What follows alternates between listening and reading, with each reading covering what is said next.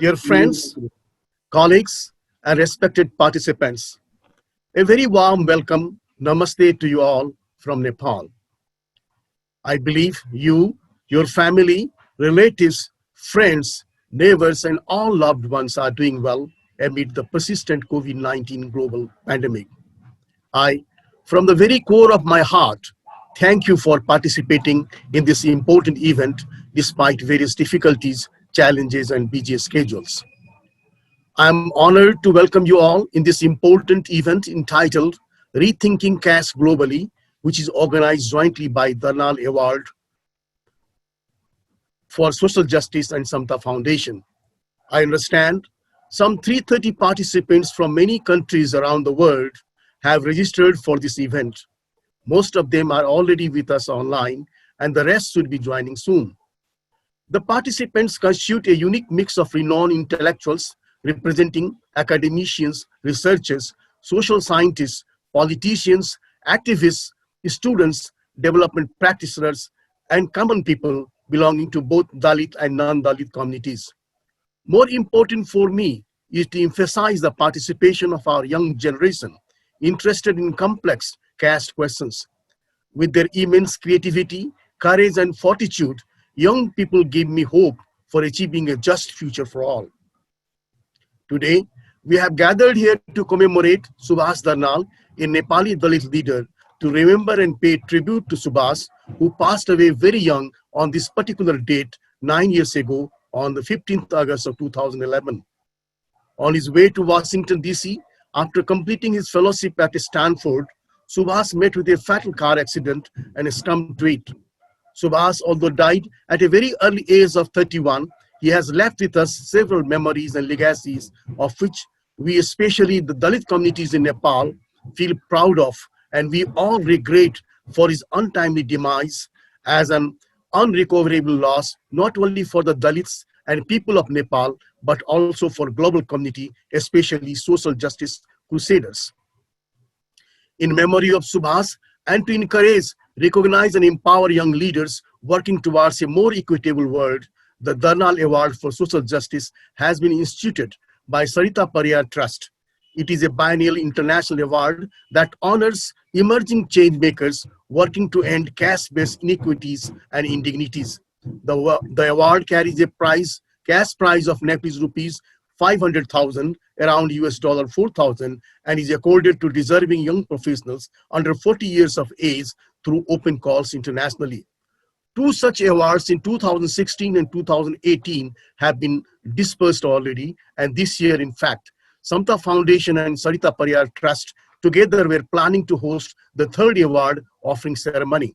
Unfortunately, due to the COVID-19 pandemic, we decided to organize the award ceremony next year, the same day or earlier. The nomination process is still continuing. Further details could be obtained from the website www.darnalaward.org. Subhas was an extraordinary person with wealth of innovations and constructive thoughts. It is very difficult to list here the contributions he made for the upliftment of Dalit communities in Nepal.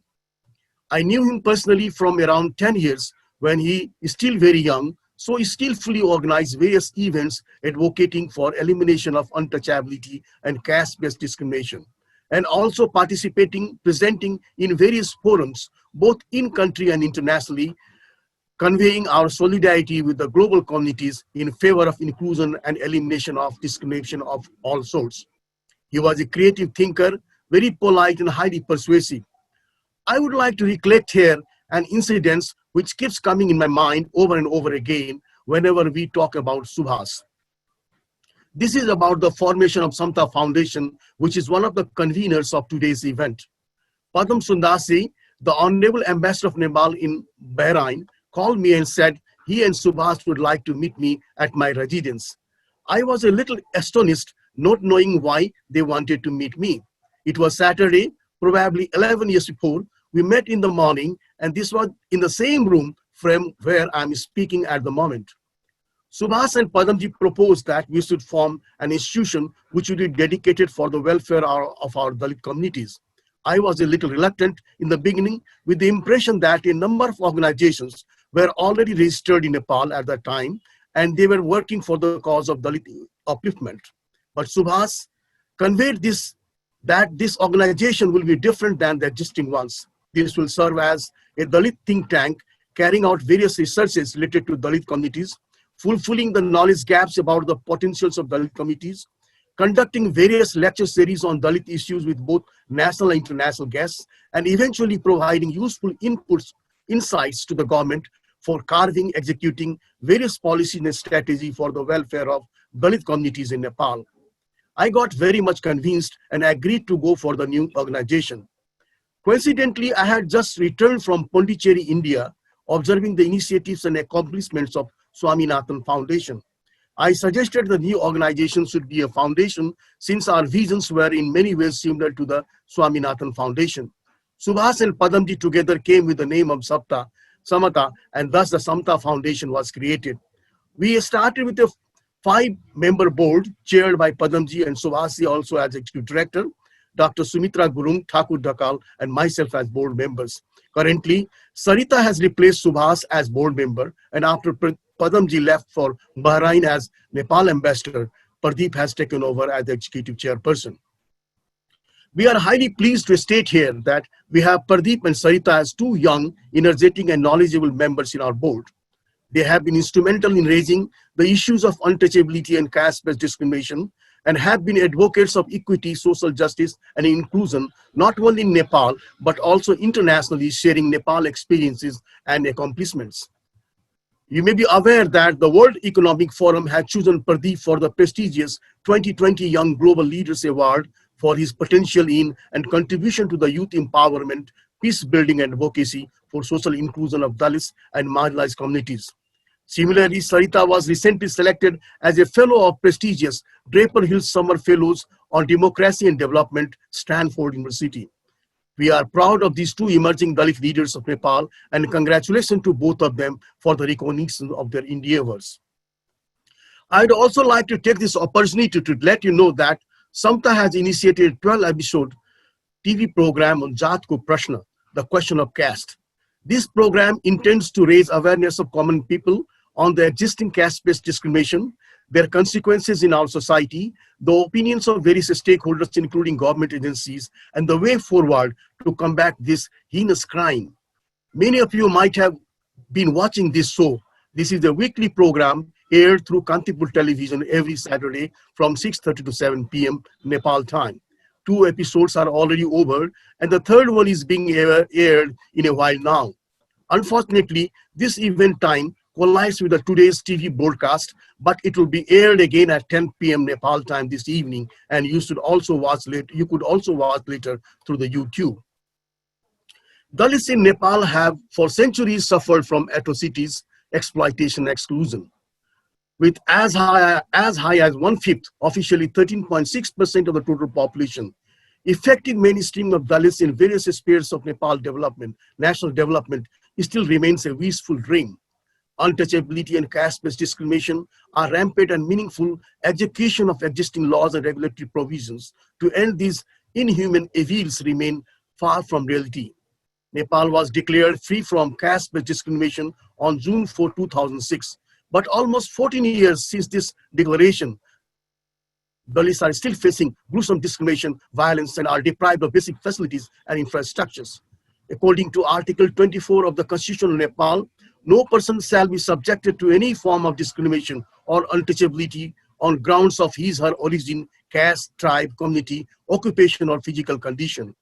Any act of untouchability and discrimination shall be punishable by law, and the victim shall have the rights to obtain compensation. But these constitutional provisions are apparently far from reality. Discrimination and untouchability still exist, and the society continues to be divided between the so-called upper caste and lower caste. Let me mention here that I had the historic opportunity of chairing a special commission of restructuring of Nepal in 2011-2012. I was honored by the government of Nepal to chair the high-level State Restructuring Commission in accordance with the interim constitution and unanimously supported by all political parties. This commission did produce one of the most inclusive recommendations for drafting a new constitution for Nepal. Unfortunately, due to a highly coordinated regressive caste power politics, the much needed recommendations that majority of the country was yearning for was willfully ignored. Among many lessons and insights that I wish to share eventually today, I would like to tell you that the fight for equal dignity and equal rights in Nepal is a dangerously complex and challenging task. It requires new imagination, new resolve, and sustained efforts, both within and outside of Nepal. More than ever, we need creative collaboration with allies within Nepal, with friends in India and others globally for annihilating caste-based system that sustains immoral, unequal society in and beyond Nepal. I would also like to acknowledge here that we have invited impressive young leaders to participate for our conversation. Amar Bike, another promising young Nepali scholar, currently doing his PhD at the University of Pittsburgh, USA, will moderate the conversation on rethinking caste globally. This will be followed by remarks from Sarita and Pradeep. With these words, I conclude my welcome remarks and invite Amar Bike to moderate the panel discussion. If any of you would like to talk to me or know more from me, please write to me or contact me. Thank you very much. Thank you, Madan Pariyarji. Hello, everyone. Good morning, namaste, and Jai Bhim.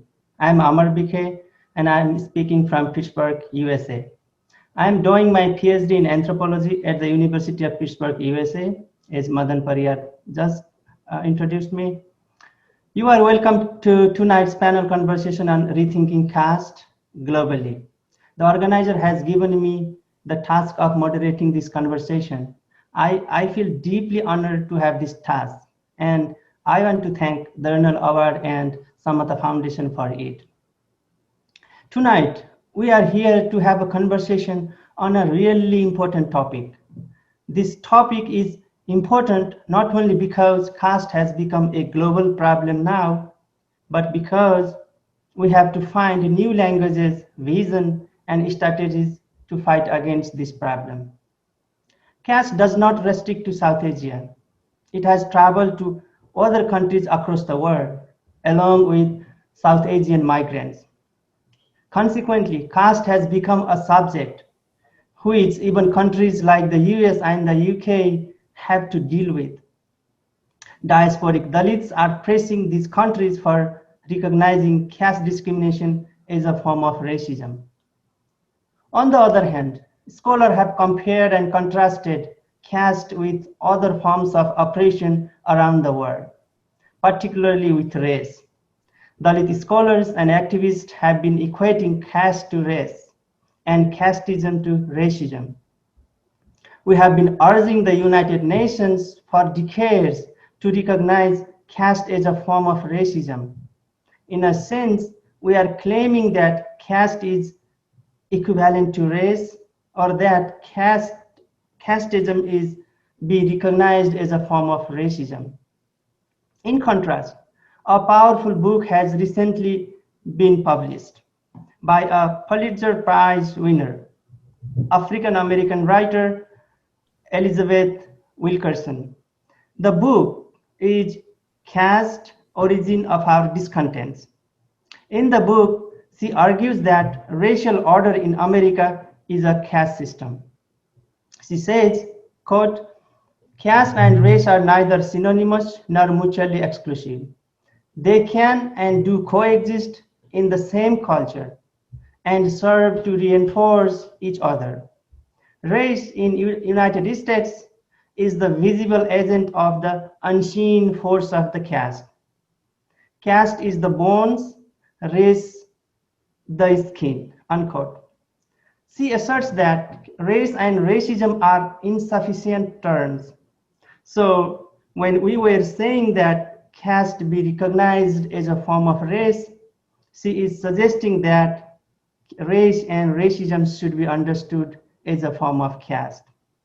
Thus, her work has opened up new possibilities for new thinking on caste and race.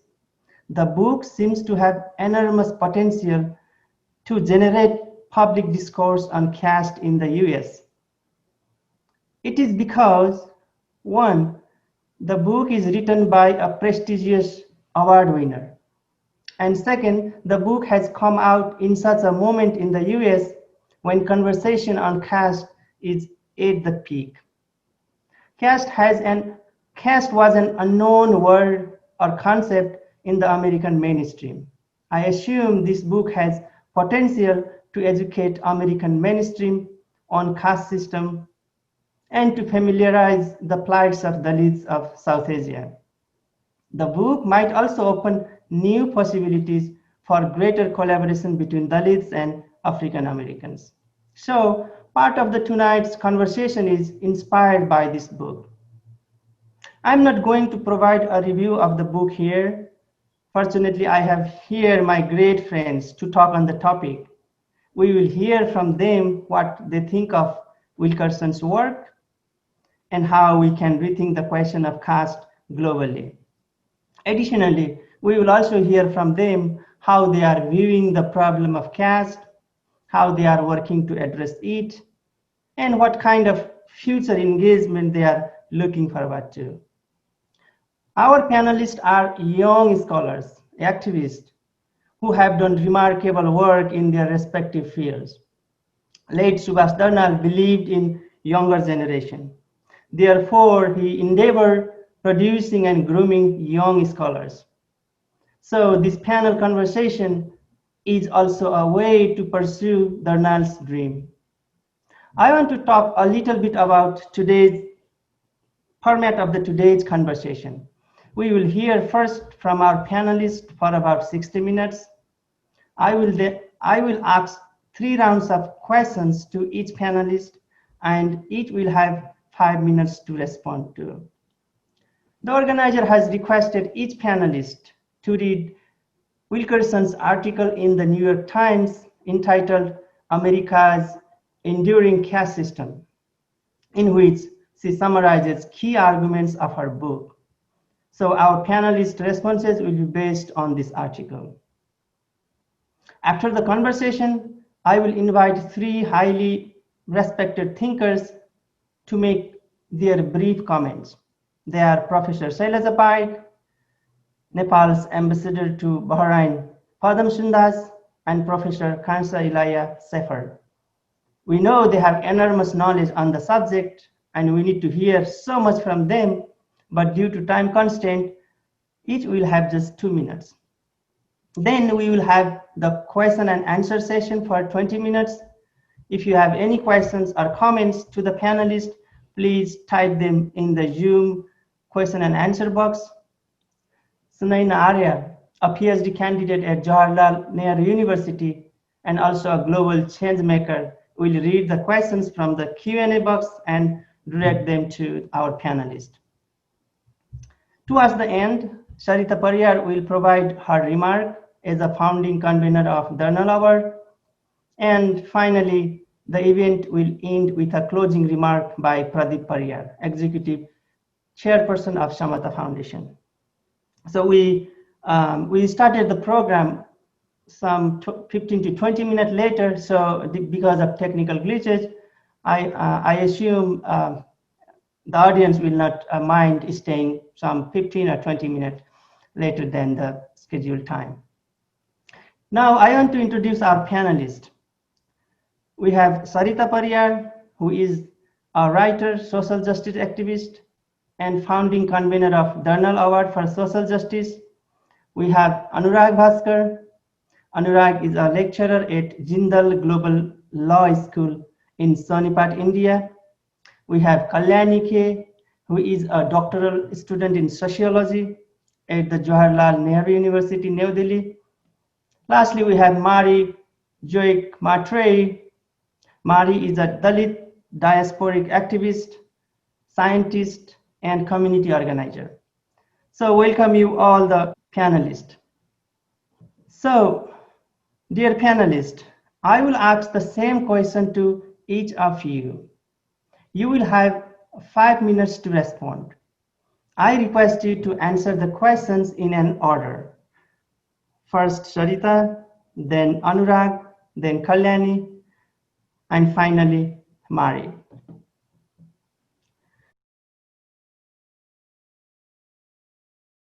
So are you all ready?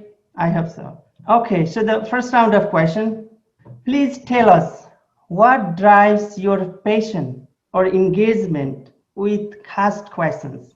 If possible, briefly tell us one example or an incident or an idea or thought about your own work that you find is important for helping us better understand dangerous powers of caste-based unequal society that we wish to annihilate. Saritaji. I really want to say thank you, and I'm really honored to share platform with you and my Dalit Global Change Maker friends. So I really want to say thank you. So to start my answer, I would like to quote James Baldwin, who says, "The great force of history comes from the fact that we carry it within us, are unconsciously controlled by it in many ways, and history is literally present in all that we do." The history of my family, my society, and my nation, I always carry it with me. One day, nearly 20 years ago, when I was 12, I went to the village shop to buy bread. When I got home, Bua, my father, saw the bread was stale.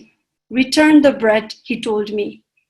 The high caste shopkeeper refused to take the bread back because I had touched the package. When I told my father, he became angry. "Go return it," he ordered. "If you won't take it, throw it in his face. I'll take care of whatever comes after that." I was frightened. I didn't have the courage to throw the bread at the shopkeeper, but neither could I defy my father. I sat by the road for a long time, scared. I wondered why I hadn't been given the right goods, even though I had paid for them. The bread hadn't turned stale from my touch, and I had paid the full price for a fresh loaf. I gathered all my courage and confronted the shopkeeper. "Please return my money, and please take your bread back." "What a stubborn girl," he muttered as he returned the money. I clutched the paper bills in my sweaty hands and rushed home. I began to ask myself, why had the shopkeeper refused to take the bread back? If the bread had become impure because of me, did it mean that my body was dirty or impure? When I was about 8 years old, I realized that people came into two groups: touchable or pure, and untouchable or impure. Even as a child, whenever I was told that I shouldn't touch someone or something because I would pollute them, it made me ask, what am I? The rules seemed so arbitrary. Who and what could I not touch, where and when? Who could be touched and who not? I wanted to be a touchable person just like everybody else, but there is no freedom to transform into a touchable person if you are born an untouchable. Later, another curiosity arose: what is caste? Why is one group ranked above another from birth? I never stopped thinking about my originally touchable mother who gave birth to untouchable children and the history tied to it. It is just not my experience, but more than 250 million people worldwide continue to face caste indignities. The more I started learning about caste question, I became determined on understanding caste. I believe the purpose of my life is to learn and collaborate to annihilate the caste system. So let me stop here, and I'm really excited to listen to all of my friends. So thank you, Amarji. Thank you, Saritaji. Anurag, Yeah, I invite you to yeah. Hello, respond. everyone. Thank you, Amarji, for inviting me, and thank you to the organizers. 15th August has personally been a memorable day for me as well. Like it was just 2 years ago when I took the flight from Lucknow to Boston in US for I was going to Harvard Law School where I'd got admission just 2 years ago. So I'd got, I think someone said that I can't hear much, so I will try to be a bit louder. So like it was 2 years ago when I was leaving for Boston just on the eve of on 15th August.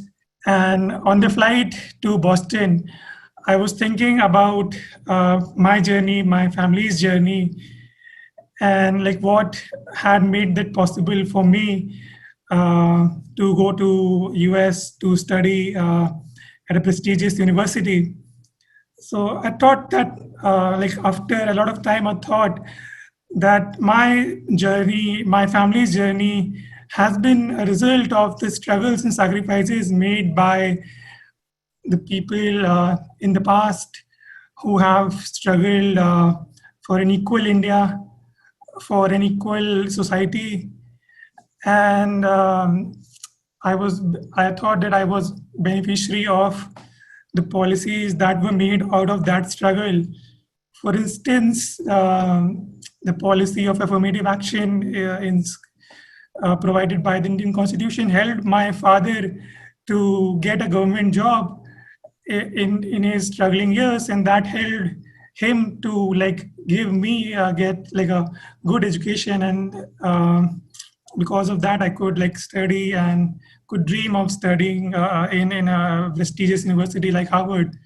The second impact I thought was the political movement which was going on in India in the 1990s. I was born in the 1990s, and in my state, a political party representing Dalit rights was on the rise.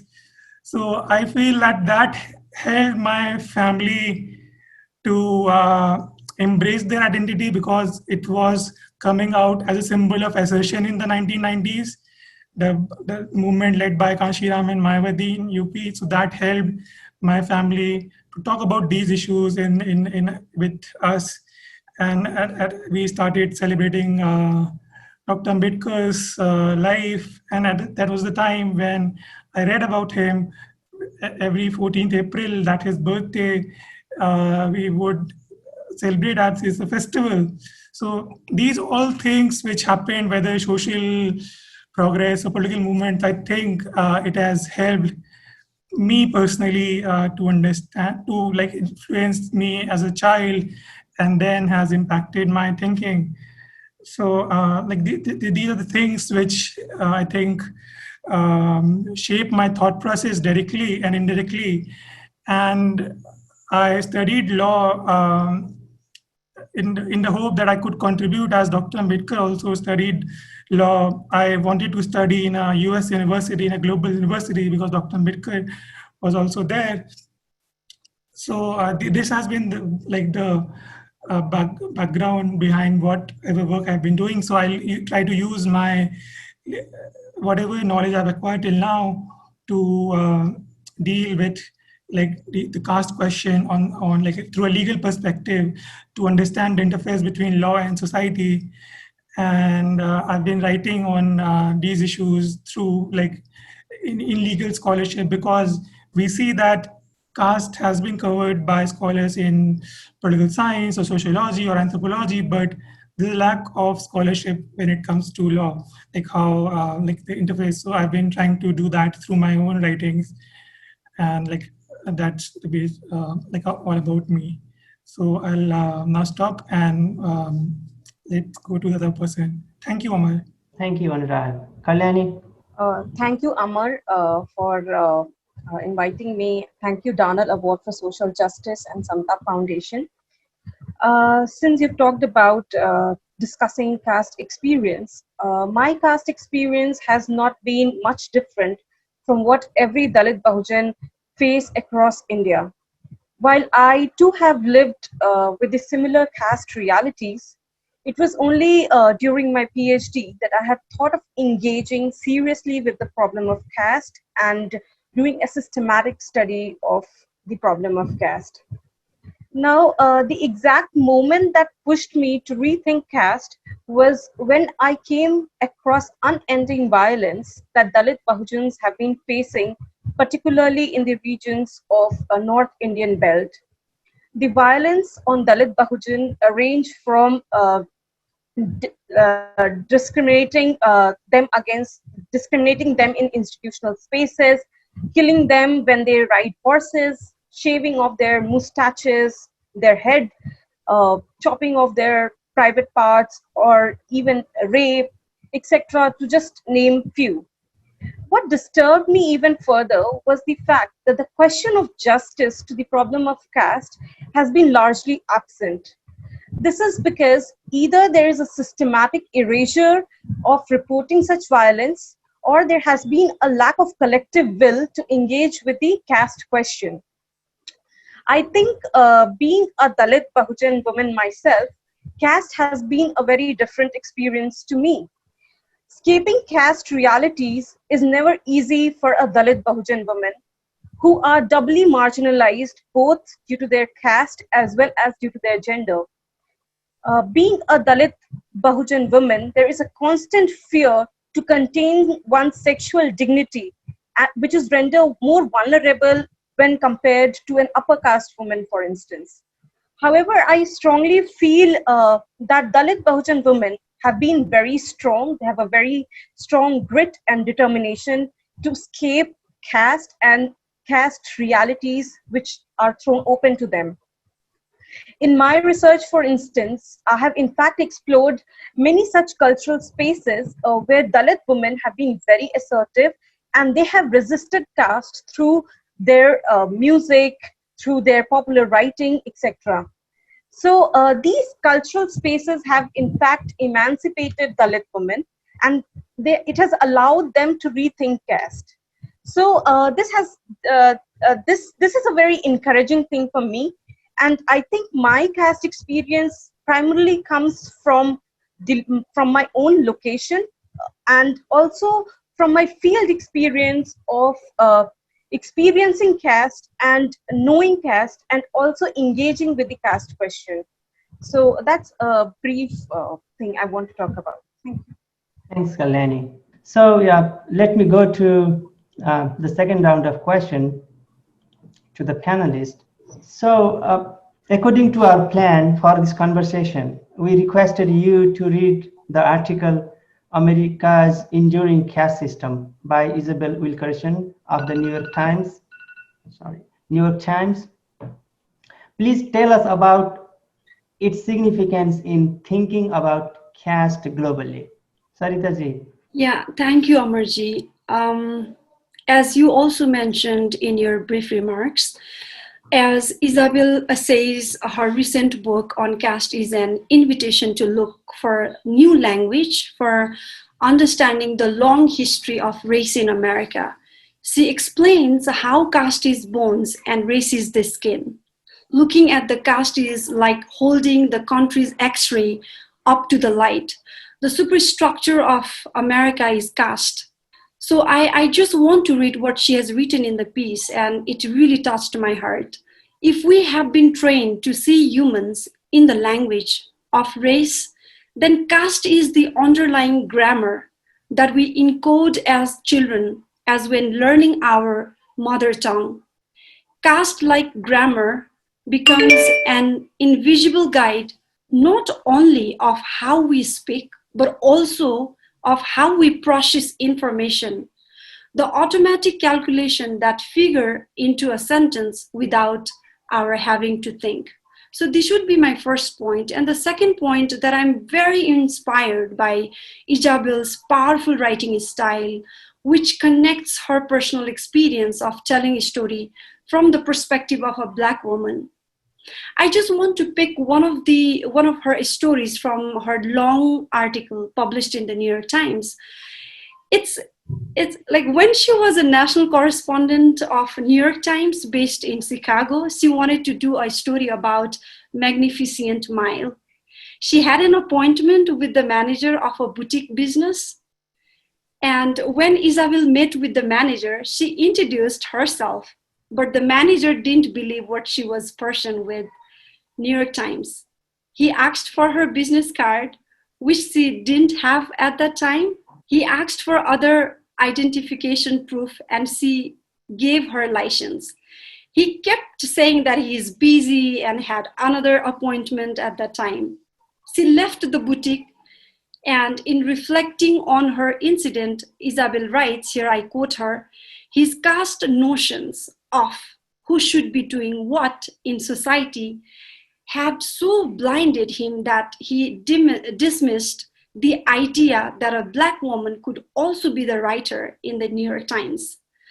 So the third point, I would say, like one of the main arguments of Isabel's work is that until we recognize the problem of long racial and caste history of America, which she says is based on human hierarchy, we will not allow everyone to breathe the fresh air, because the old house is rotten and it stinks.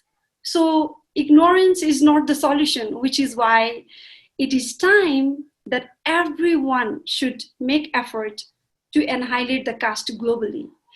And then the fourth significance that I found in her piece is her articulation is distinct and new on the long history of racial discrimination in America. At the same time, it made me to think, how can I better observe and articulate injustices experienced by Dalit women to larger conceptual and structural issues in Nepal?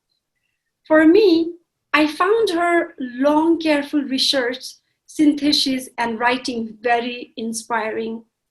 It made me better appreciate the power of rethinking our own stories, as she did on race in America, and then tell her new insights in a more powerful and persuasive ways.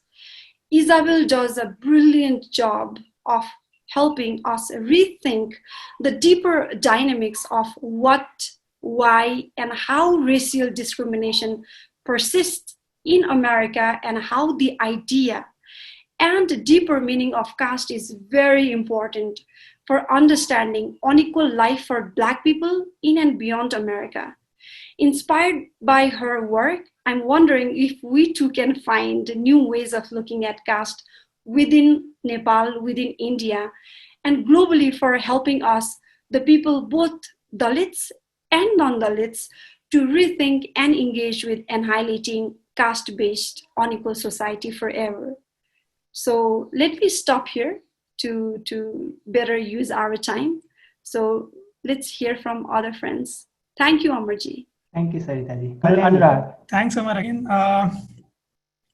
For me, the most important part of the recent work by Isabel Wilkerson is the clear understanding that she has given to the relation between caste and race in a global context.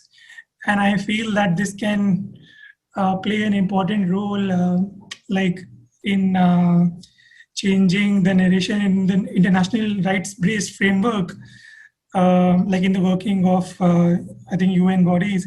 So I'll explain, like I'll place this in a particular context, like why the work of Isabel is important historically as well.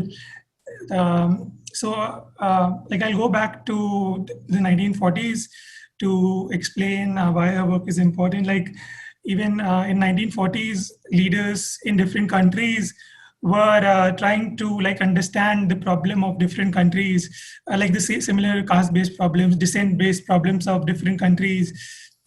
As several of you might know, that there was a letter exchange between Dr. Ambedkar, a prominent leader in India, with W.E.B. Du Bois, a prominent civil rights activist in US. And they were exchanging letters to, and Dr. Ambedkar wanted to know how, like if, like why Du Bois was raising the voice of African Americans in an international platform. Ambedkar wanted to know about that. Before, like this is a popular story, before Ambedkar, like other anti-caste leaders, for instance, say Dr. Lohia had also exchanged letter with Du Bois.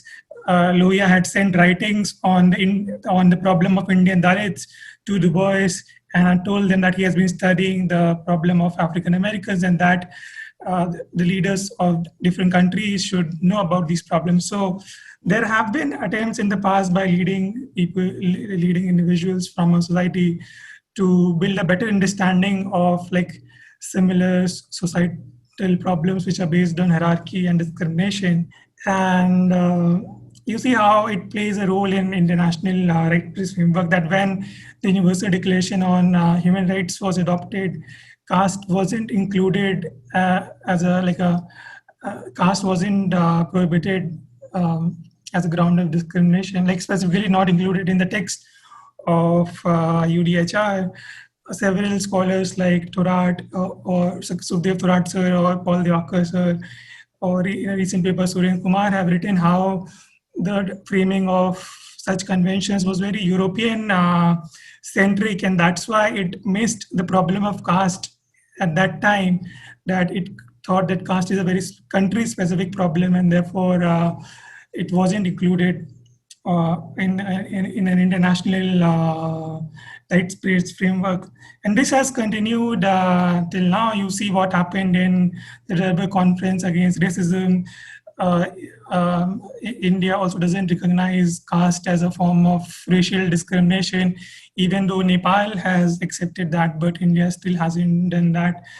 Like scholars, social scientists in India have discussed that how caste is different from race or descent-based discrimination. So in that context, I feel that the work of Isabel Wilkerson gives a new contribution in understanding the relation between caste and race, because till now, people were trying to distinguish between the two.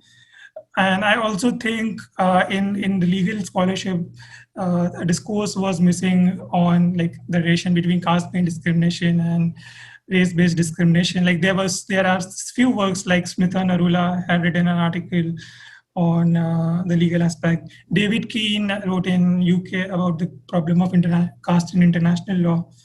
So it had been missing, and in particular, like I have studied both in law in both in India and US.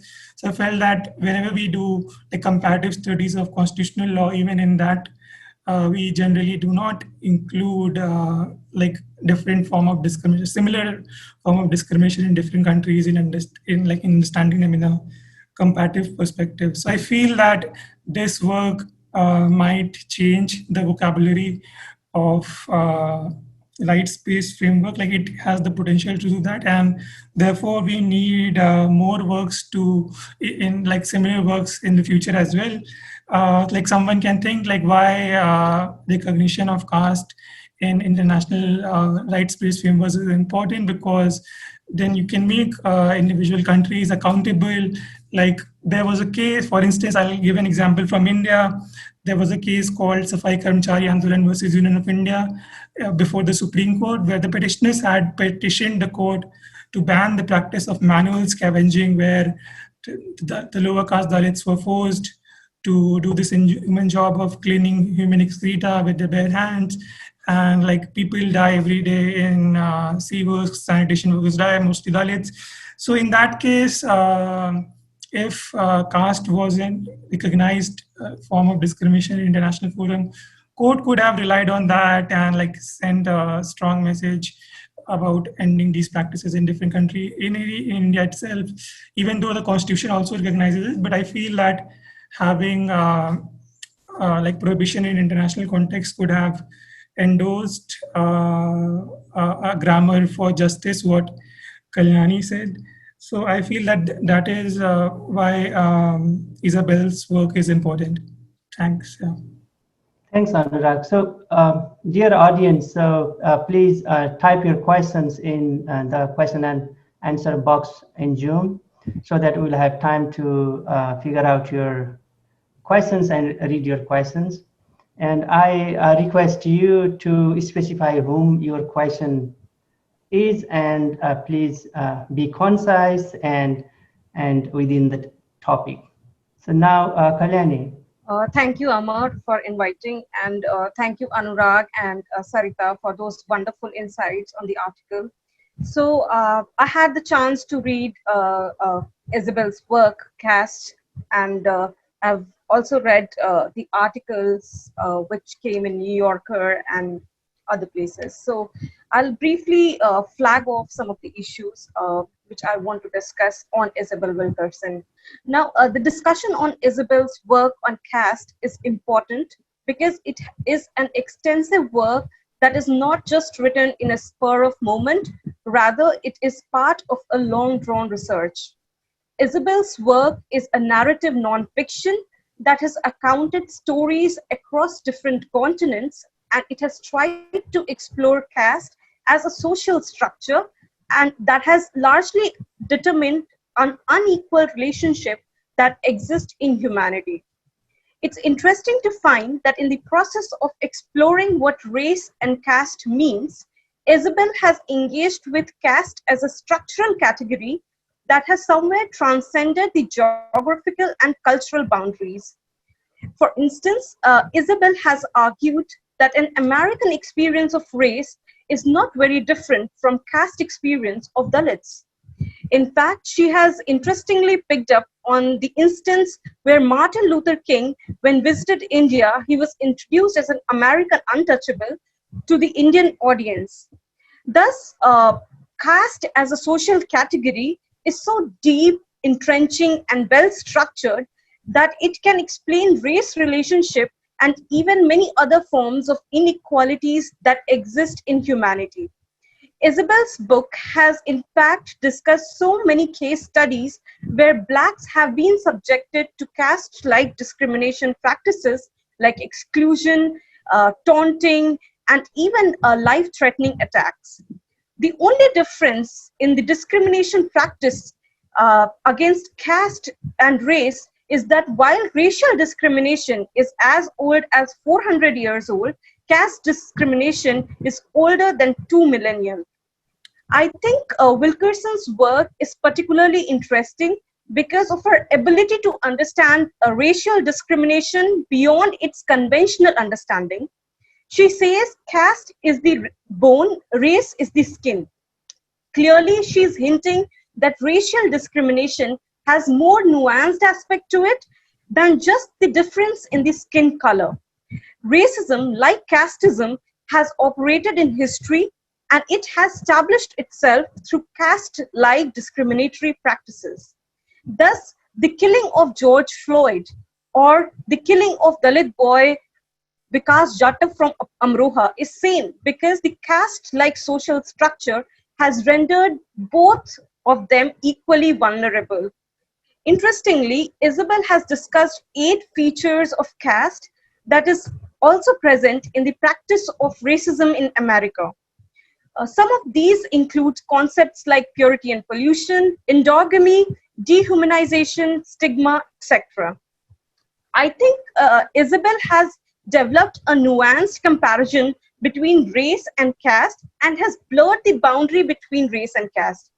I think in doing so, she's not just interested in developing a theoretical proposition of understanding caste and race. Rather, she has very interestingly developed her argument to understand the practice of caste, what the practice of caste means, and the larger harm caste does to humanity, whether it is in the form of casteism or in the form of racism. I think her proposition of bringing race and caste together is very revolutionary because it has somewhere tried to weave a common narrative of oppression, and and at the same time it has called up for a radical empathy through Baba Saheb's philosophy of educating, agitating, and organizing.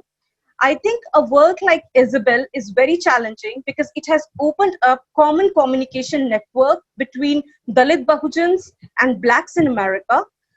Her work has given its reader common language to Blacks as well as to Dalit Bahujans to collectively imagine a shared experience. So I think that's my brief reflection on Isabel's work on caste. Thank you. Thank you, Kalyani. So Mari, so can you hear us now? Yes, can you hear me? Okay, great. So yeah, you have 2 questions to respond and you'll have 10 minutes. So hopefully everyone can hear me. Apologies for the previous kind of tech issues. And I just want to say Jai Bhim to everyone, and thank you so much to Darnal Award organizers and also to Samta Foundation organizers. You all have done a beautiful thing by, centering our community members and in particular this discussion of Wilkerson's work at this time. So I want to thank you for that. A little bit about me is that my name is Mari Zwikmetre, and I am from a Dalit family from Tamil Nadu. And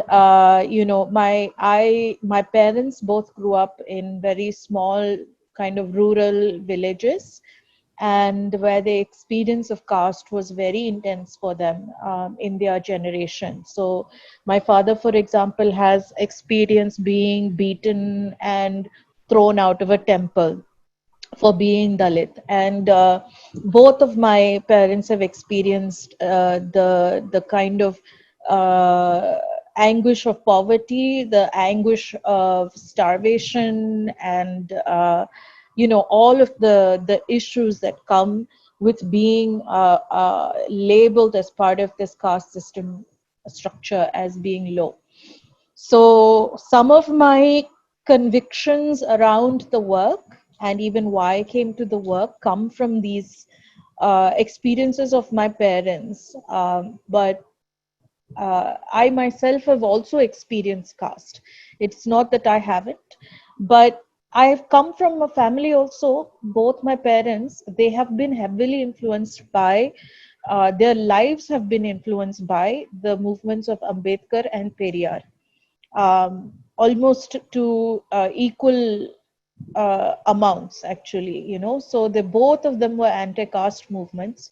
And because of the results of those people fighting and bringing forward certain ideologies, they were able to get education and access. And as a result, my experience of caste has not been as severe or in those ways that their experience of caste has been. But I've also grown up watching my um, dad, for example, worked with the Bahujan movement, Kanshiram ji and Mayawati ji, and my mom was equally a part of those instances of activism. Like basically, their whole life was activism. But one thing I have constantly noticed in my time growing up is that people recognize my dad's work as being important and being urgent and being, something to be celebrated and remembered.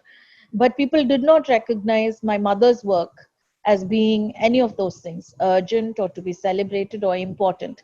Because my mother was often in the background cooking for people who would come to our house, meetings when people gather, taking care of people who needed homes, people who would come from village.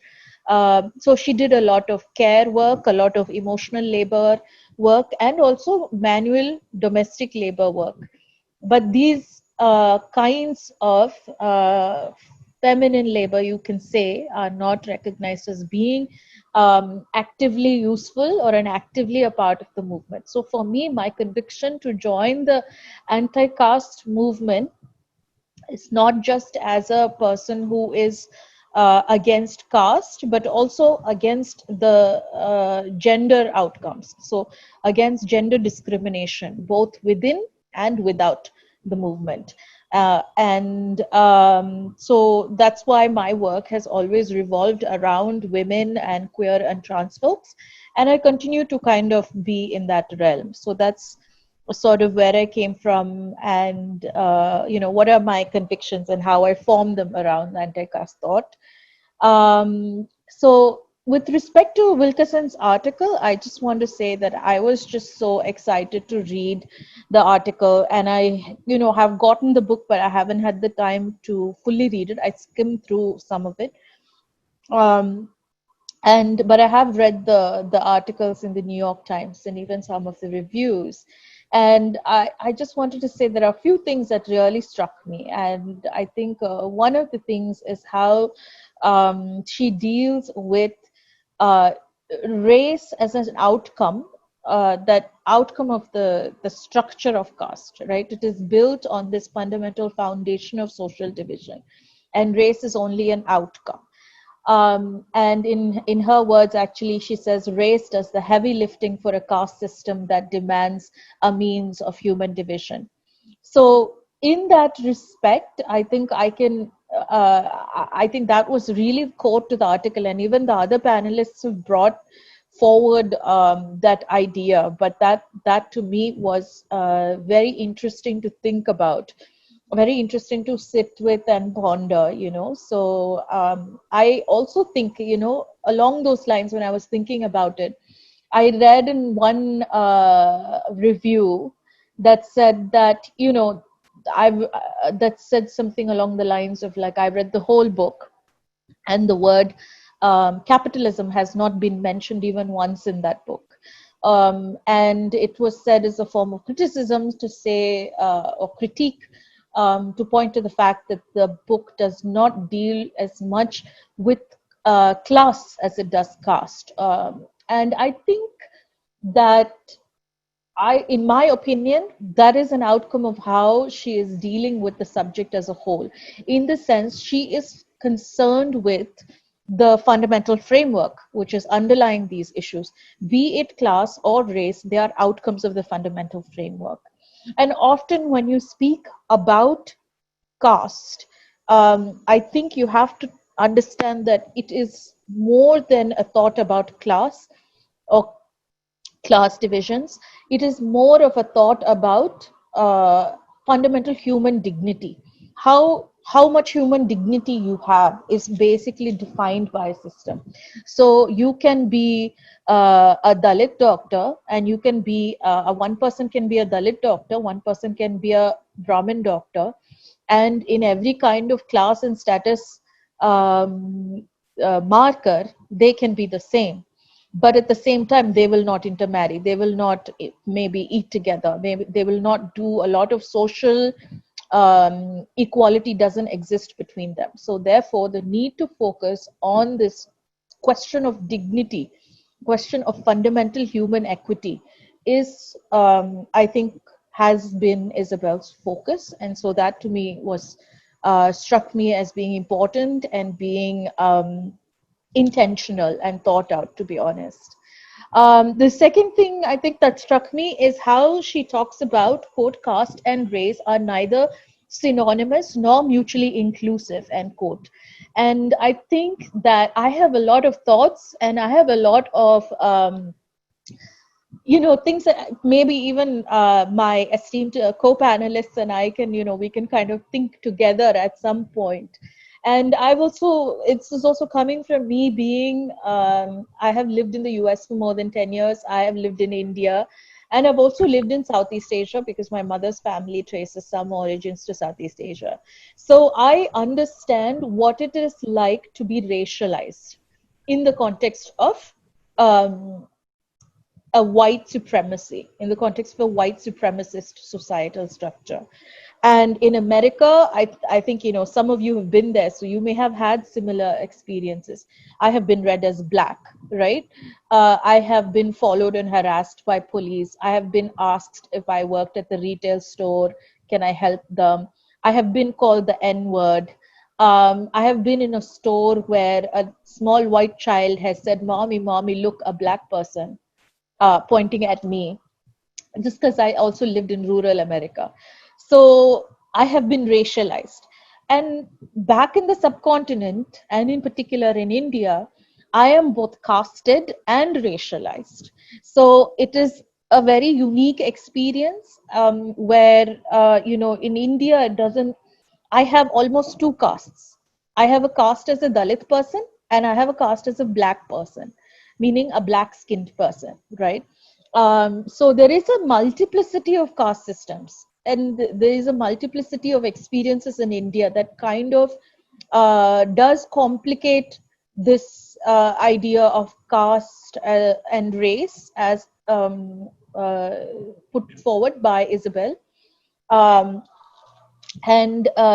so for example, she says that, when people are accused of being racist, they react very like, how can you say that? I have black friends, I'm not a racist. Therefore, talking about caste as the structure, Isabel has written that will be a much more useful, much more accurate, and it is a framework with a much more accountability towards oppressors, right? Accountability that oppressors have to take on.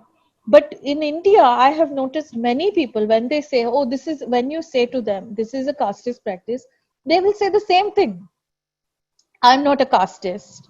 Don't you know that I have a Dalit friend? Don't you know that we have sat in together and eaten with Dalits, and or these kinds of things? Don't you know that my sister's brother's uncle is married to a Dalit person? So in India, I think there is a question of how, as movements, as activists, as academics, how can you bring back the focus of caste to the structure so people can stop here? I want to stop you here. You are out of your time. So Okay. yeah, I will just take 2 minutes or 1 minute and finish it just off. 1 minute. Okay. But so I really appreciated those 2 points. And I think the third point, which I really appreciated, of course, is that she uses the vocabulary consistently of the Dalit Bahujan Adivasi movements, including dominant caste, marginalized caste, subordinated caste, right? So I think that has been also a very nice thing for me to hear, because it shows that we can put ourselves on a similar underlying platform and fight together, keep our pain together and fight together as well. So I want to thank Ms. Wilkerson for her beautiful analysis, and I'll end it at that. Thank you for my time. Thank you, Mary. And I want to request the audience again to place your question in the question and answer box, not in the chat box. Now, I want to go for the third round of the questions to the panelists.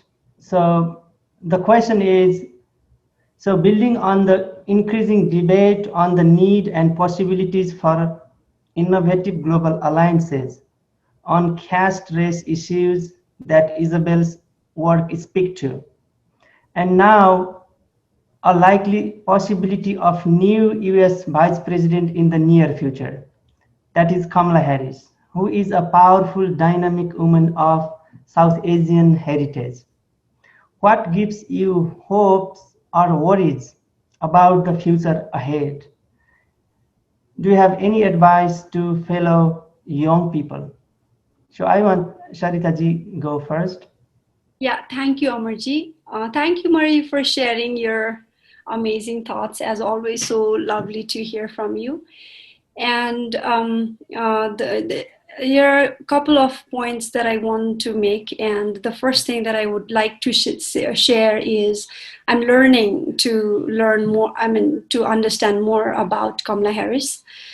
The idea and possibility of a new vice president of multiracial background, that too a woman of Asian African heritage in the United States of America, sounds fantastic and uplifting, I would say. Knowing how unlucky we are with the majority of the male world leaders who are shameless in playing the politics of fear and division based on caste, race, religion, gender, and ethnicity. So the second point would be, in light of pandemic, which is devastating for marginalized people, especially Dalits, what gives me hope is my modest work with many inspiring young Dalit change makers in India, Nepal, and other parts of the world. I'm also encouraged by the way larger global community, especially the non-Blacks, responded to the recent Black Lives Movement in America. I know our fight against caste indignities in South Asia is a very complex and challenging issue. I believe that our fundamental reasons for why we fight together is politically, morally, economically, culturally, and religiously is the right thing to fight for. And here I also believe that the ruling elites from the high caste know that the house that they claim to be ruling and governing under the hollow slogans and rituals of democracy has a serious foundational problem. The foundation or the structure of their society country is based on unequal treatment of its core human infrastructure. The thinking of treating its people as unequal citizens on cultural and legal basis cannot be sustained. In Nepal, as per our newest 2015 constitution, women have unequal rights compared to men. And secularism in Nepal is defined as for the purpose of respecting and protecting Sanatan tradition, which essentially means the continuation of caste-based system, right? So my third point would be, though the numbers are very small, I'm also hopeful because more younger non-Dalits are beginning to recognize that they are part of the caste problem in Nepal. If non-Dalits were to genuinely engage with caste questions, I believe it would, of course, help Dalits life of equal dignity and equal rights, but it would also help them to reclaim their human dignity. So this coming year, Darnal Award for Social Justice is focusing on identifying and working creative people such as artists, writers, filmmakers, musicians, poets, etc., who are engaged with caste questions worldwide. If you know them, please encourage them to visit our website. As a writer, I really believe in the power of storytelling. We need more storytellers so that we can decide what and how to tell our stories of suffering, resistance, accomplishments, and dreams.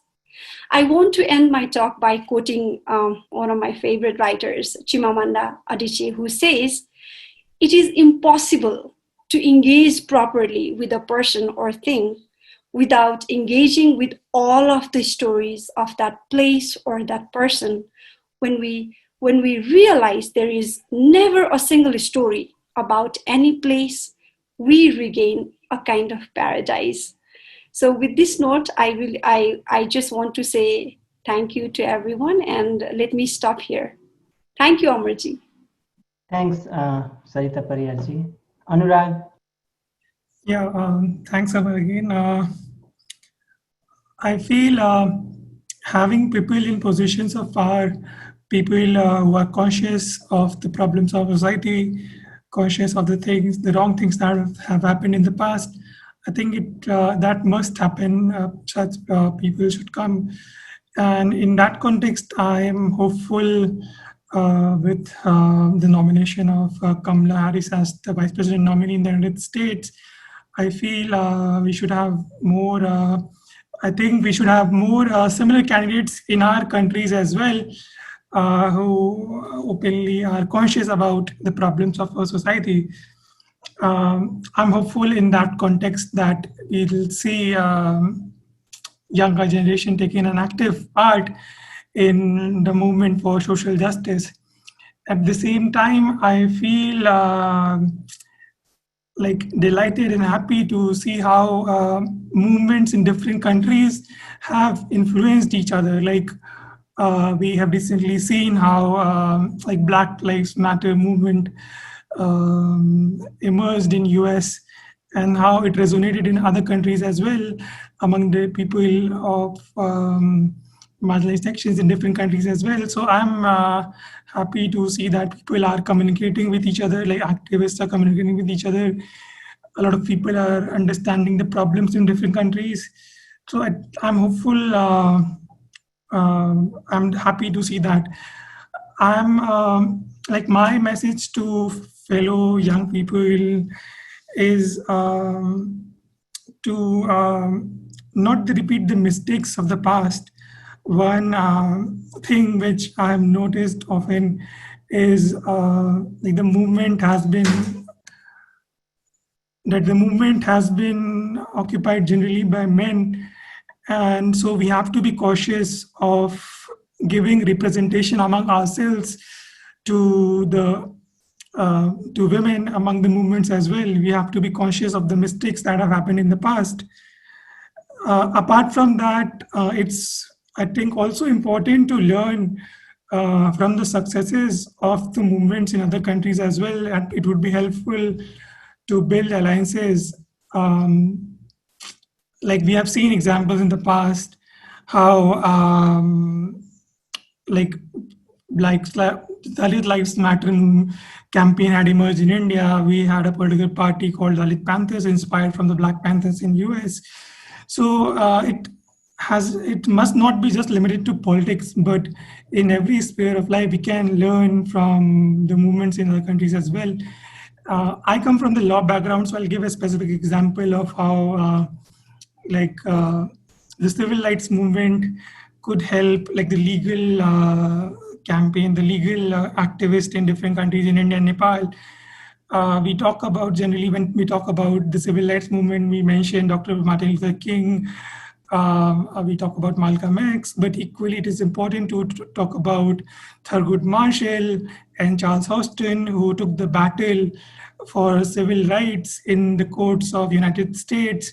And because of the litigation that they did in the court for almost half a decade, led eventually to the Brown versus Board of Education decision, which held that the racial segregation in school is unconstitutional. So to see like Thurgood Marshall, who eventually became the first African-American judge in the history of US Supreme Court, to see him argue in the courtrooms inspired the Blacks so much to be vocal about their rights, to see him question the oppressive system in the courtrooms inspired the Blacks.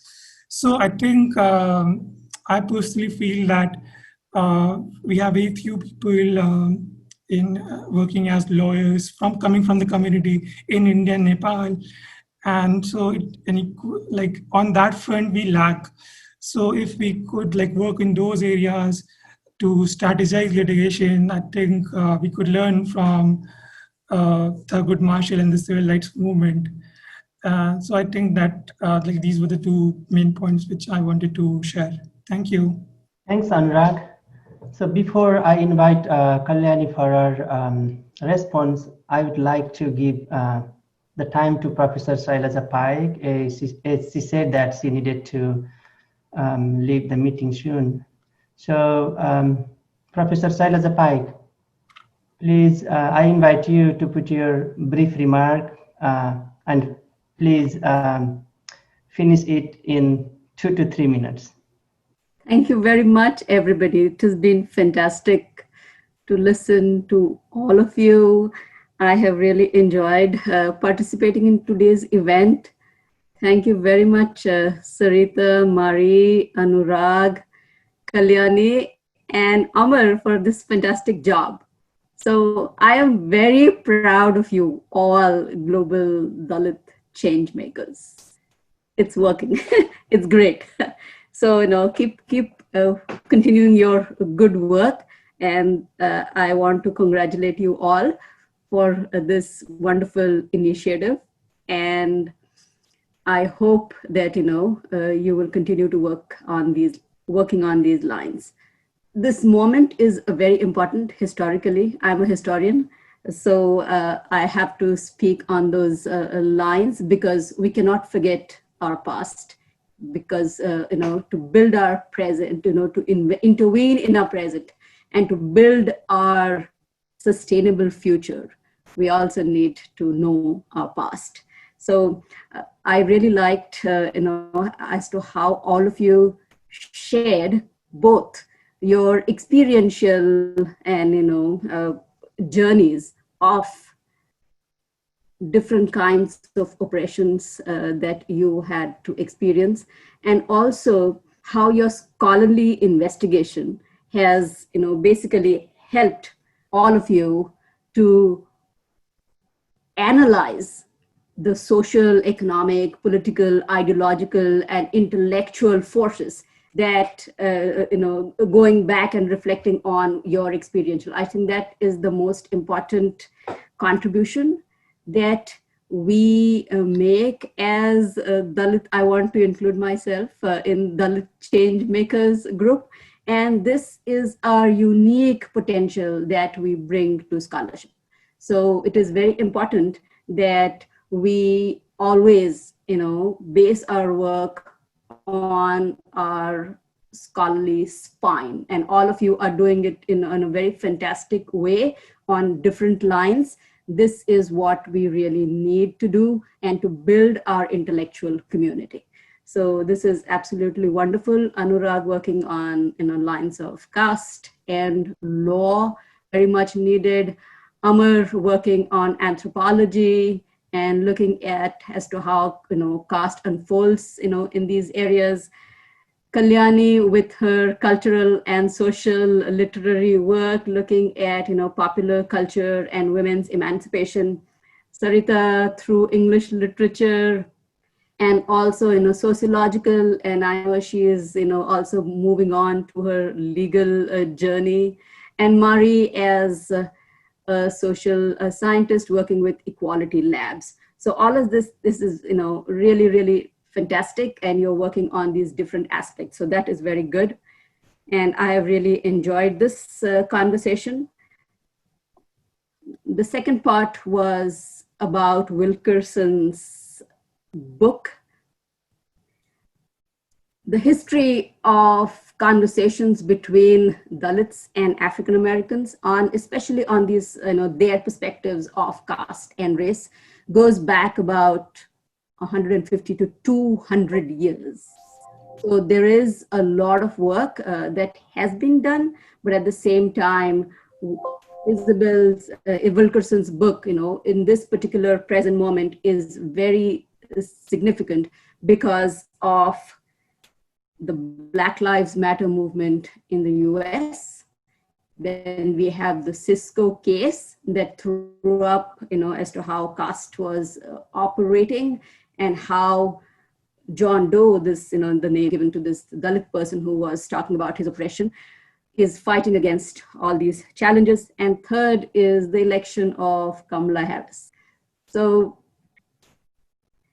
we need to know that, these conversations are very, very important for Dalits in the diaspora as well as Dalits overall globally.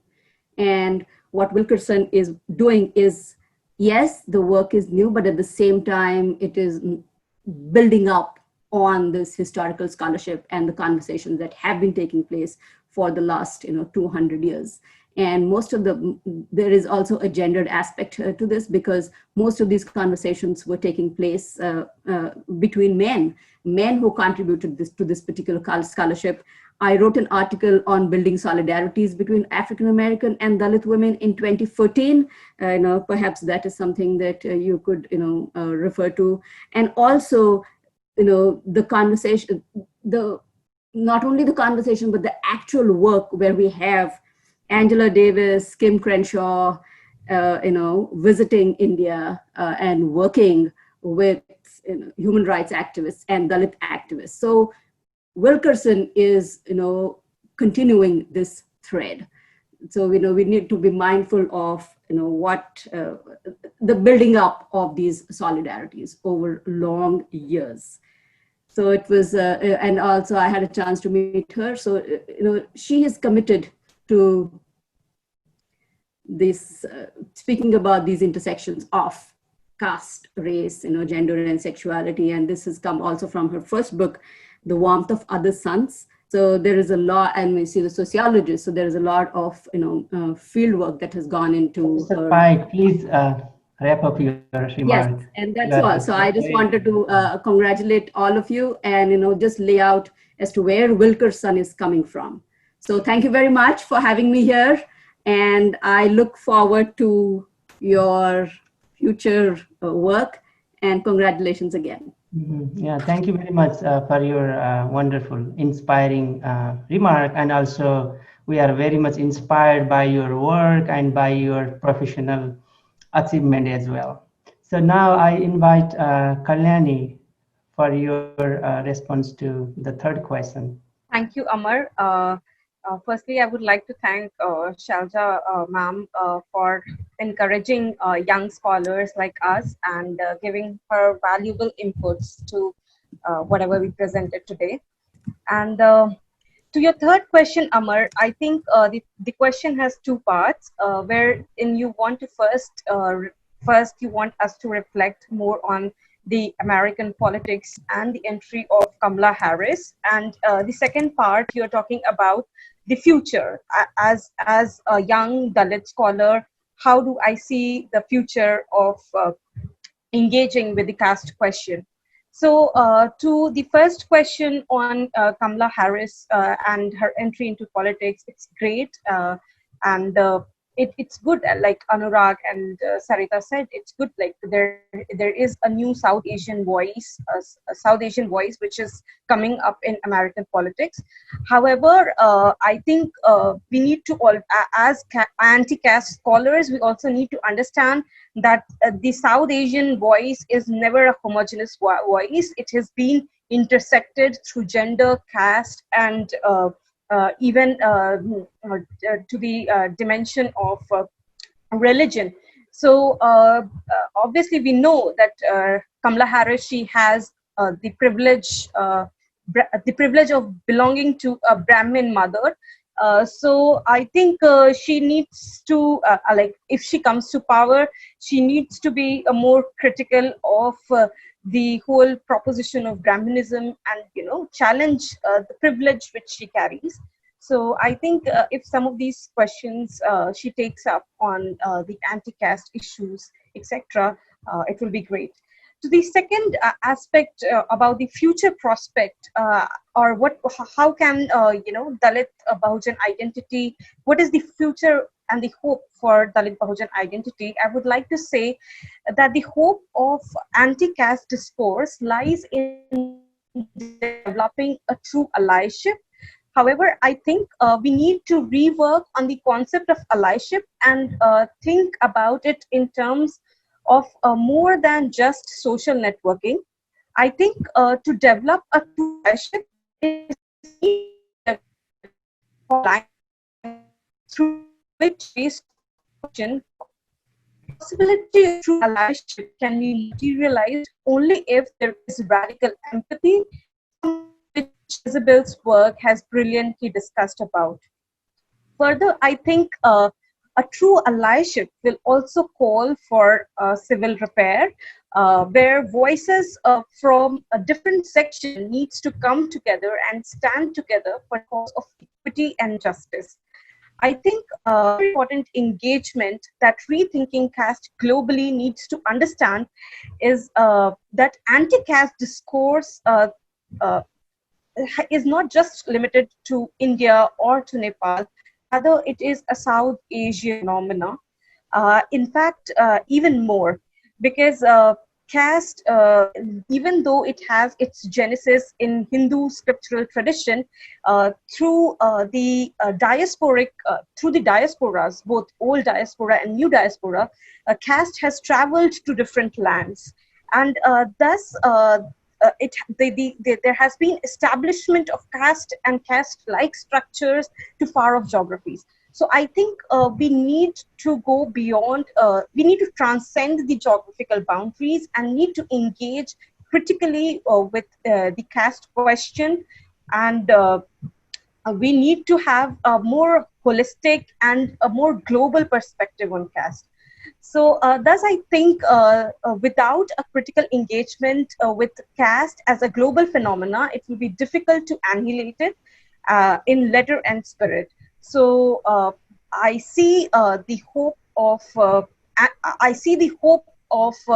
casteless society in in establishment of an anti-caste discourse globally, where people come together and voice together against oppression.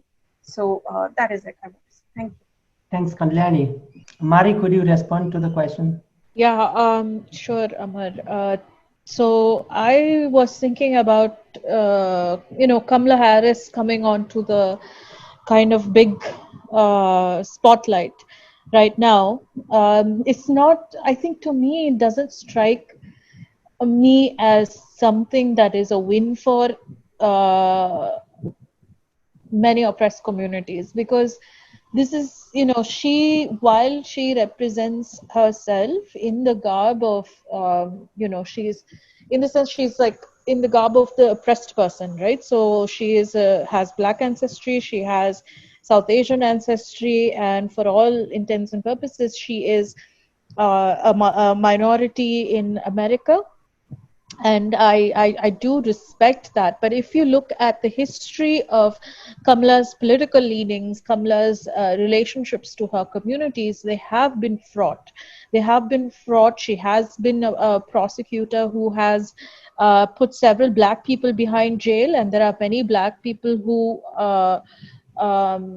do not appreciate that part of her history. She is pro-cop in many ways, and so that does not sit well with the message of today if we say Black Lives Matter. But I think for me, I may not have that much, understanding to comment on that side of it, but I can say that every time I have seen like a interview or something about her family, her Indian side, it has exposed how Brahminical her family has been.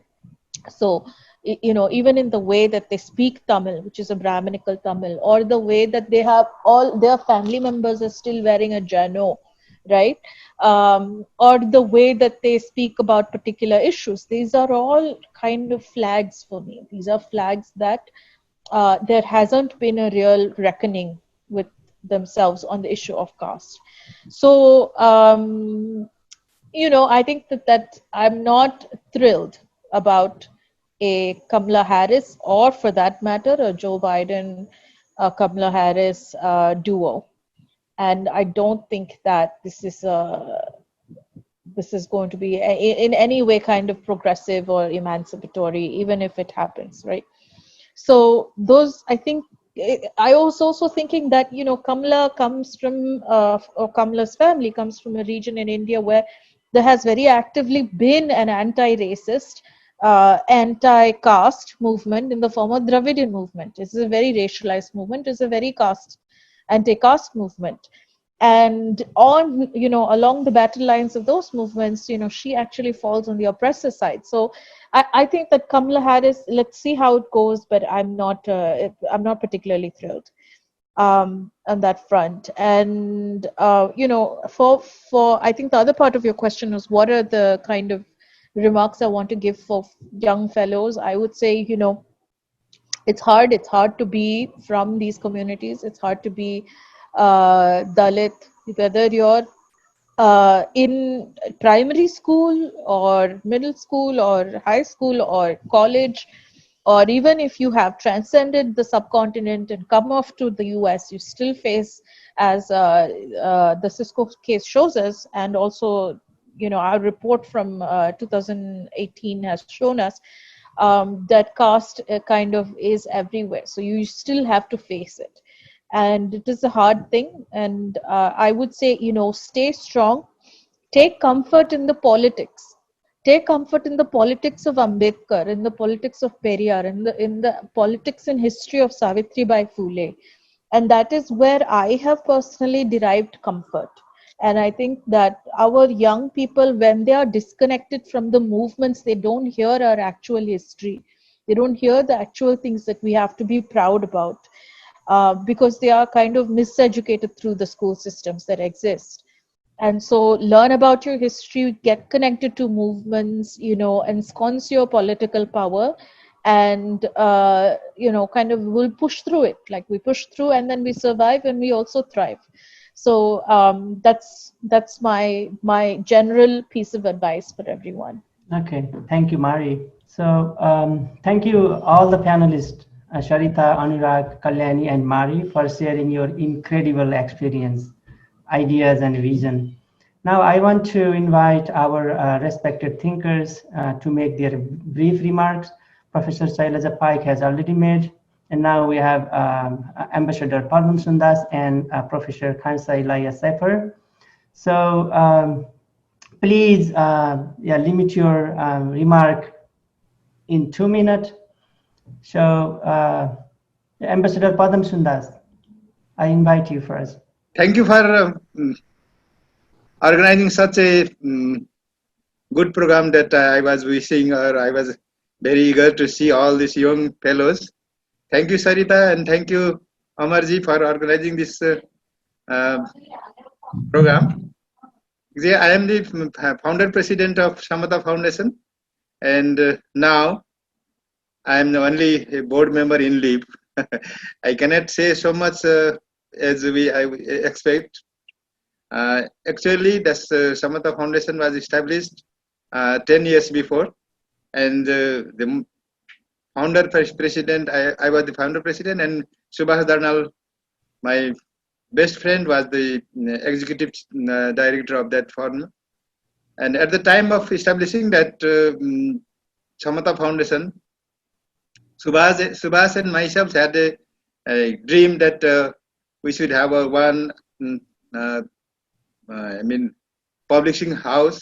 We will have our own TV channel, and we will have our own open university that produces the young generation for the upliftment and for this upliftment of this Dalit Andolan. Unfortunately, it's going to be 9 years that we lost Suvash, and today is that day that which I don't want to remember.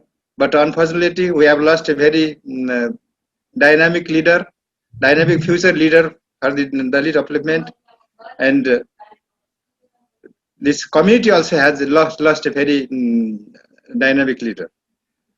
That dream that Suvash has dreamed in his mind, how much we have done, how much we have not done, that it's the time to evaluate now.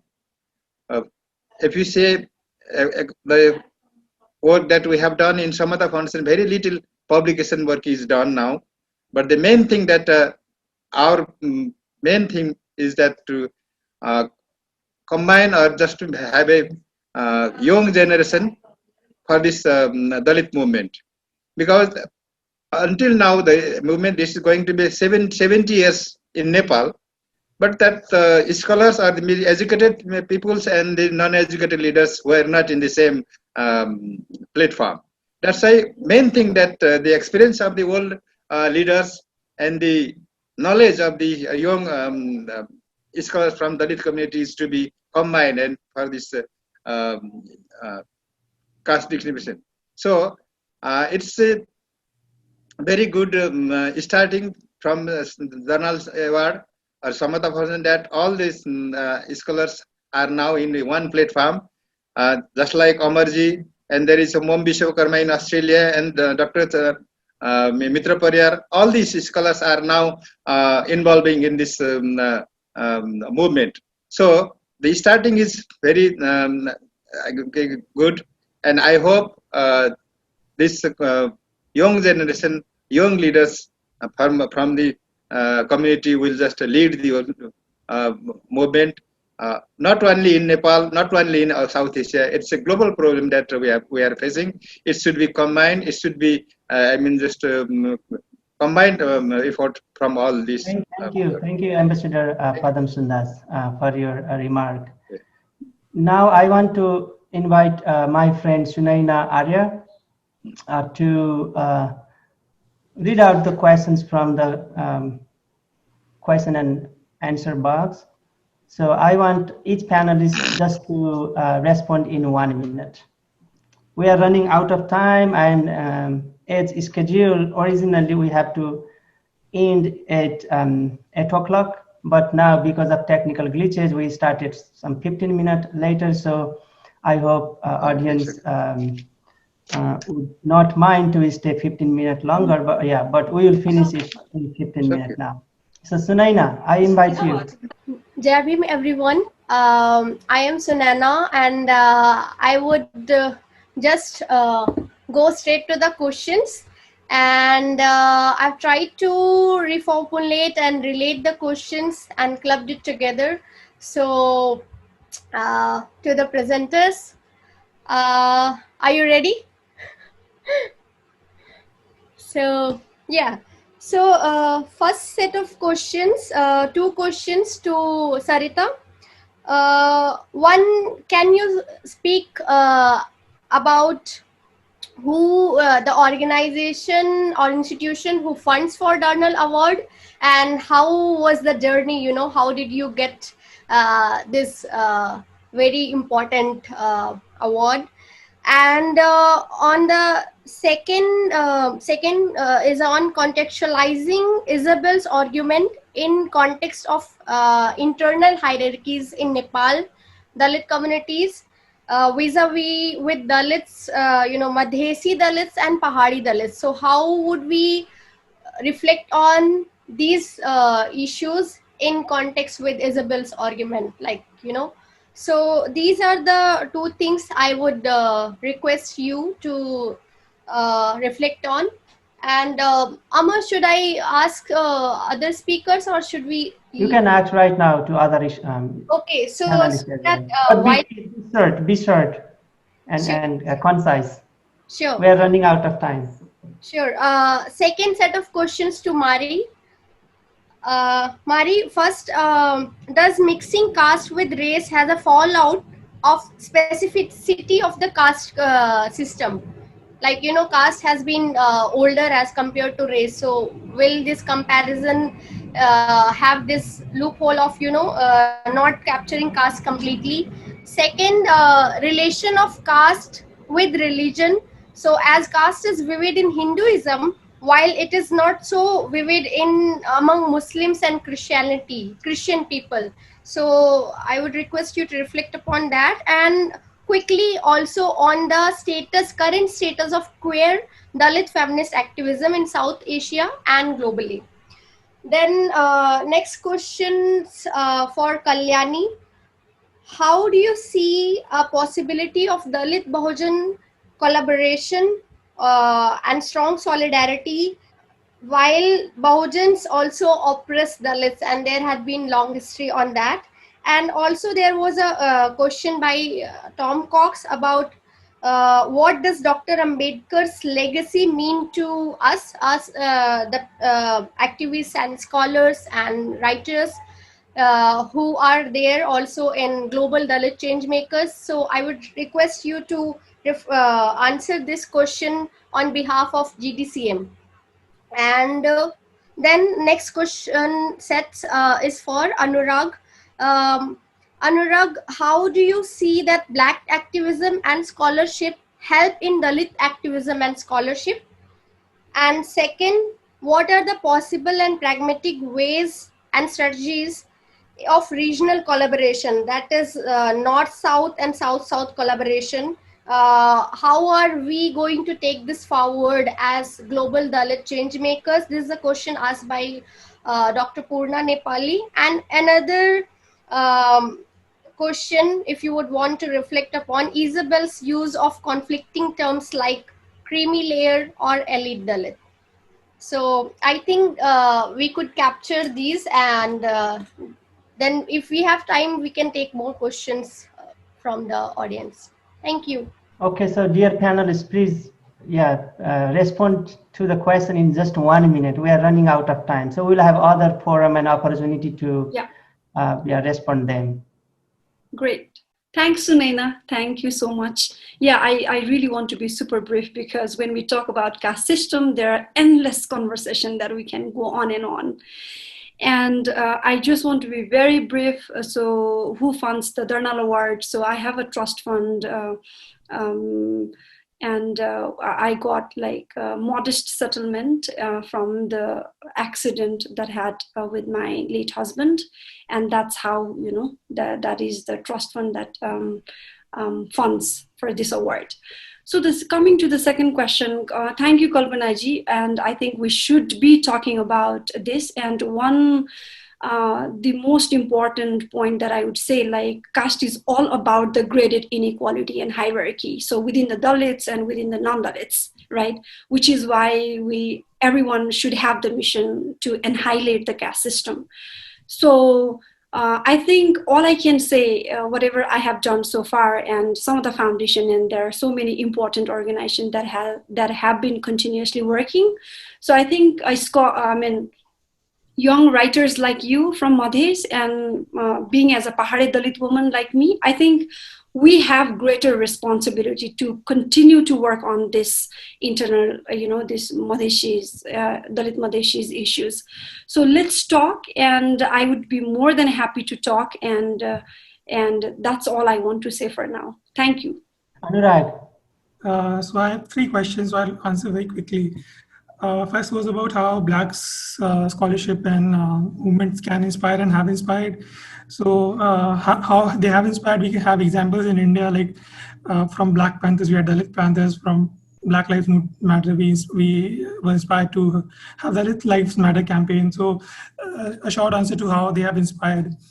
How they can inspire is that like scholarships, clarity of thoughts can be used from like African American scholars if it is found that it is more clear. Like for instance, Kimberly Crenshaw talked about intersectionality, I think, which has equal relevance to India and Nepal as well, like how sometimes Dalit women can face multiple forms of inequality at the same time, and therefore we must be conscious about addressing those. So like some ideas can be, like, I think, applied universally, so it can be in that way. Second question was about building collaborations. I think like I said previously, studying about movements in different countries is very important. Understanding the limitations of the movements in other countries is important, so that you don't repeat the same mistakes. Like when you read about the civil rights movement, so definitely try to read about how successful the civil rights movement was, or what were the limitations of the civil rights movement in US. And so that, but to build up team, like I think you could discuss or engage with scholars and activists with different countries, see what problems they are facing, see if your problems are similar, or how you both can address them together. So I think that could be a brief response to the second question. Third question was about the term used by Wilkerson, elite Dalits. I think like it's not the first time that I'm listening the term elite Dalits or creamy layer. I've often heard that, like, a lot of cases have been filed in Supreme Court asking that the so-called creamy layer of the Dalits should be excluded from the benefits of the policy of reservations. Elite Dalits was also used by a scholar, Suraj Iyengar, in his book. He talked about some elite Dalits in his book, Caste Matters. With due respect to all the discourses, I am not very much convinced about the term creamy layer or the elite Dalits. Like I'll give three very short points. First, I feel that if you look at the political history of India, I should stop you right here. Okay, Kalyani, can you respond? Be very brief. Okay, so I have two questions, and Sunana has just asked one more question. So if I have time, I'll answer. I think the two questions which are asked is like are heavy questions, and it needs more time. But since I have just 1 minute, I'll just briefly talk about it. The first question I think Rupali has asked is about Dalit Bahujan collaboration and about Bahujan oppressing Dalit. So I would like to answer this by saying that when I use the term Dalit Bahujan, it is balloony to use it as separate entities. Both Dalit and Bahujan have emerged in a particular moment of history. So Dalit has its root in Dalit Panthers, and Bahujan has its roots in Manevar Kanshiram's movement. So I think using both the terms is actually appreciating the kind of anti-caste movements that has happened in India. And so when somebody is saying like, is there a need for Dalit Bahujan collaboration, I think it has been there. Because when Kanshiram movement was happening, he ensured that there are enough OBC women in his movement. And so I think there is a need to engage more with this aspect of Dalit Bahujan and oppressed communities across, rather than hinging on caste hinging on one particular identity. And about this, OBC's oppression on Dalit, yeah, it is a problem. But let me also bring in here the fact that there is a report which says there are scheduled caste communities which practice untouchability against other scheduled caste communities. So I think the problem is at the root, and the problem is at a Brahminical mindset where the caste identity wants to, show their dominance through adopting Brahminical means. So I think somewhere the hope for collaboration has been there, and rethinking about Dalit Bahujan identity is the new way out to establish the supremacy of the 85% which this country constitutes of. Now, the question on Dr. Ambedkar's, what Dr. Ambedkar... I think I should stop you here. So sorry. Okay. Mari? Okay. Yeah, thank you. I just want to suggest maybe you guys can finish your thoughts in the chat window.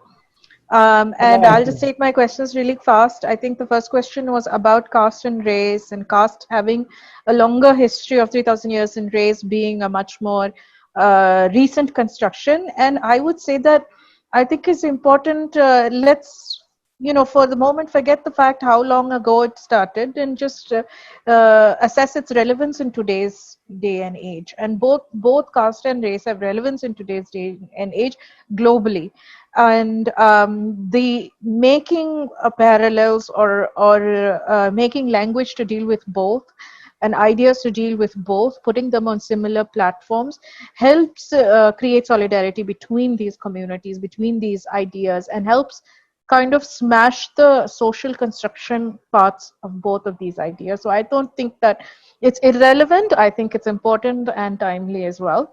The second question about caste in Islam, caste in Christianity, I think as opposed to Hinduism, I think that, it is undeniable that caste has its origins in Hindu scripture.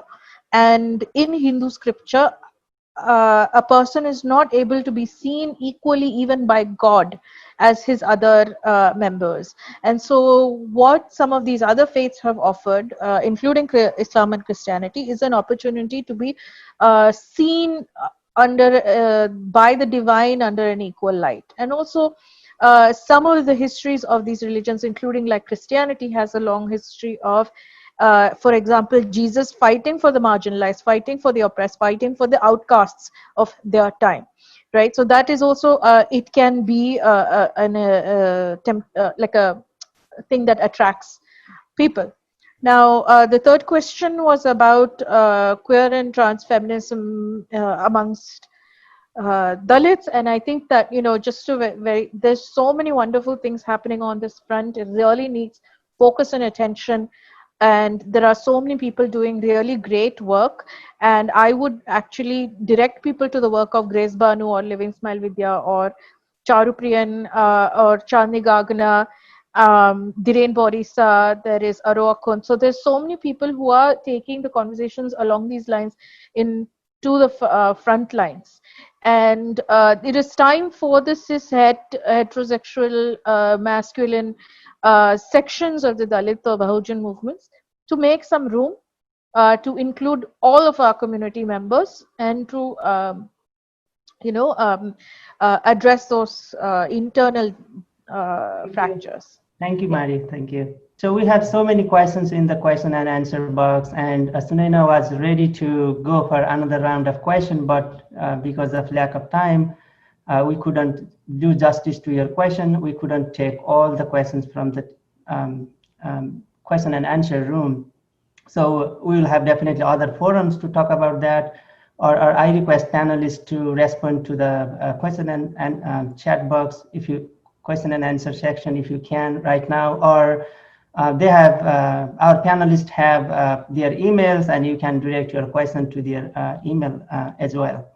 So yeah, again, thank you so much all the panelists, Sarita, Anurag, Kalyani, Mari, for sharing your incredible experience, ideas, and vision. I found in you a great passion, commitment, vision, and ideas to engage with the problem of caste. I don't know what the audience felt, but I am really inspired from their work, passion, and ideas. I hope this discussion is illuminating to you. This is just another conversation about rethinking caste globally. This is not a stop. We have to continuously and with more energy and commitment think and rethink the question of caste, locally, regionally, and globally. Caste easily adapts to and transforms itself with other social, political, and economic changes in a country or in the world. So we also need to constantly update our knowledge, continue to rethink it. But I hope tonight's conversation has given you some new insight, has shifted your own perspective, or has urged you to ponder more on caste. I hope the conversation has given you some inspiration to work on the question of caste. We are almost out of time and we have a few things to do. There are now just two brief remarks before the event ends. So Sarita Pariyar and Pradeep Pariyar will give their short remarks and then we'll ready to go. So first I invite Sarita Pariyar, is the convener of the Darnal Award, to give her brief remark. Thank you, Amarji. I really want to request Kalyani and Anurag to share their points in the chat box, because some of my friends are asking, and I think those are very important points to share. So now, as the founding convener of Darnal Award for Social Justice, I want to briefly talk about three things. First, to thank you to friends. Second, Rethinking Caste globally and Darnal Award for Social Justice. And third, a brief thought on Suvash Darnal as a partner. In 2014, when we established Darnal Award for Social Justice, I did not fully realize how many people and institutions around the world would be inspired and get involved for recognizing, celebrating, supporting, and engaging with talented young social justice change makers who come from ordinary backgrounds, just like Suvash Darnal. Due to limited time, it is not possible for me to thank everyone today. The list of amazing people and institutions in and beyond Nepal is truly long and impressive. I'm grateful to each one of you for being part of this journey with me. Thank you. However, for today's event, I want to thank a few people. First, huge thanks to our talented Sudeshna. I really mean it. Also, thanks to Pradeep ji, Binod Mishra at Indian Institute of Dalit Studies, all the steering committee members of Darnal Award for Social Justice, and board members of Samatha Foundation. Special thanks to Dr. Madan Pariyar for the wonderful remarks, and thank you Amarji, Mari, Anurag, Kalyani, Sunaina, Ambassador Padam Sundas, Professor Saileja Paik, and for being part of making caste a global conversation today. I'm convinced that while we Dalits have to take the lead in telling our narratives of suffering, resistance, successes, and aspirations, it is no longer acceptable that non-Dalits and the world community does not seriously start asking why caste matters.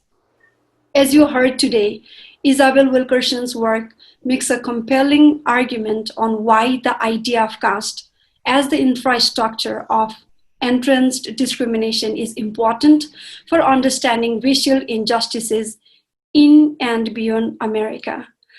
I hope we will find new ways of enhancing our own understanding of the persistence of caste in Nepal, India, and other parts of the world.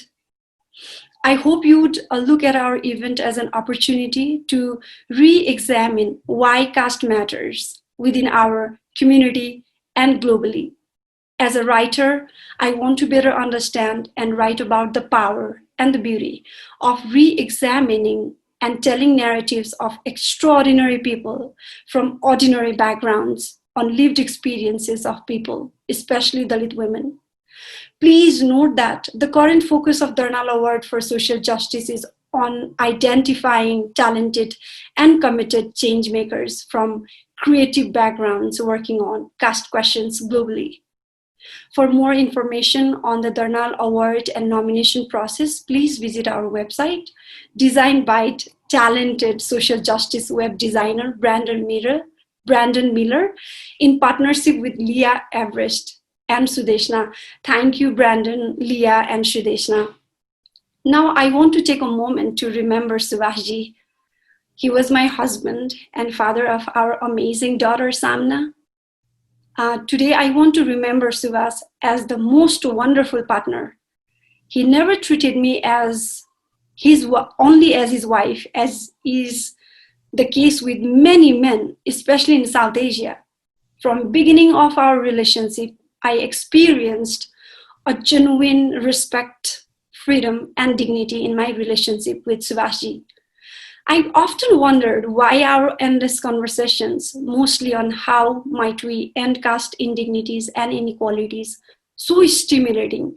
They were stimulating because they were about beauty and power of respect, dignity, and partnership in our everyday life, which is often missing for most Dalits.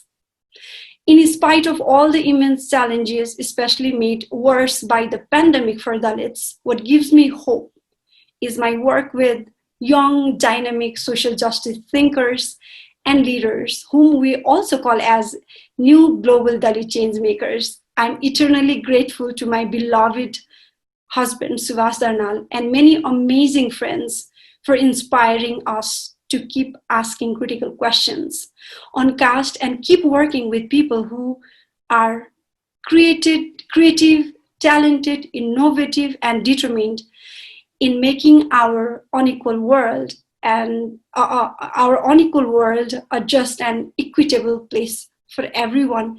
And again, I really want to say thank you to everyone, the participants and everyone who have been directly and indirectly helping me in my journey. Thank you so much. Thank you, Saritasi, for your wonderful remark, very touching remark. So we have now just one final remark, concluding remark by Pradeep Pariyar. And thank you everyone for having patience. So now I invite Pradeep Pariyar ji for your concluding remark and to end the program. Thank you very much. Thank you very much, Amarji. Let me thank Sarita for wonderful talk and as well as convening this event. On behalf of the Darnal Award for Social Justice and Samatha Foundation, I want to thank everyone for being part of this special virtual conversation.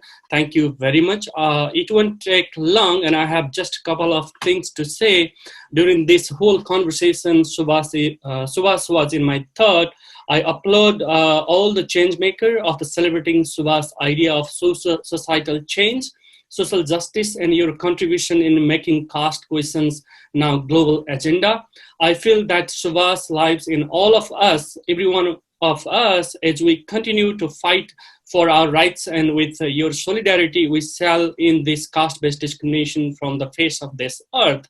We are capable of it, and without any hesitation, we will lead the change that our leaders, our ancestors initiated. Hats off to you, global Dalit change maker. Thank you very much. This moment is not a marathon. I believe it is a relay race. We might get stuck somewhere, and there will be hurdles and difficulties. Nevertheless, we shall overcome with our zeal to find dignified life for all. It is a struggle with this time that I'm sure is in our sight. I can only vouch for our young leaders, young Dalits, who understand we are but humans, all equals, that our lives matter too. I salute you all, young change makers. Please keep moving forward. I'm grateful to Suvash for igniting the fire that fuels us to achieve greater heights, where we see, we feel, and we respect everyone as equals. I'm grateful to Sarita for being warrior. I promise I'll be at the forefront of this quest for Dalit dignity. I'm equally thankful to Samana, daughter of my friends, my fellow warriors Suvash and Sarita, for passionately studying the horizon of Dalit movement. She's sitting here with us. That's good. Good to see you, Samana. I wish you all the best. The courage to fight back. The sky is the limit. All my love to you, Samana.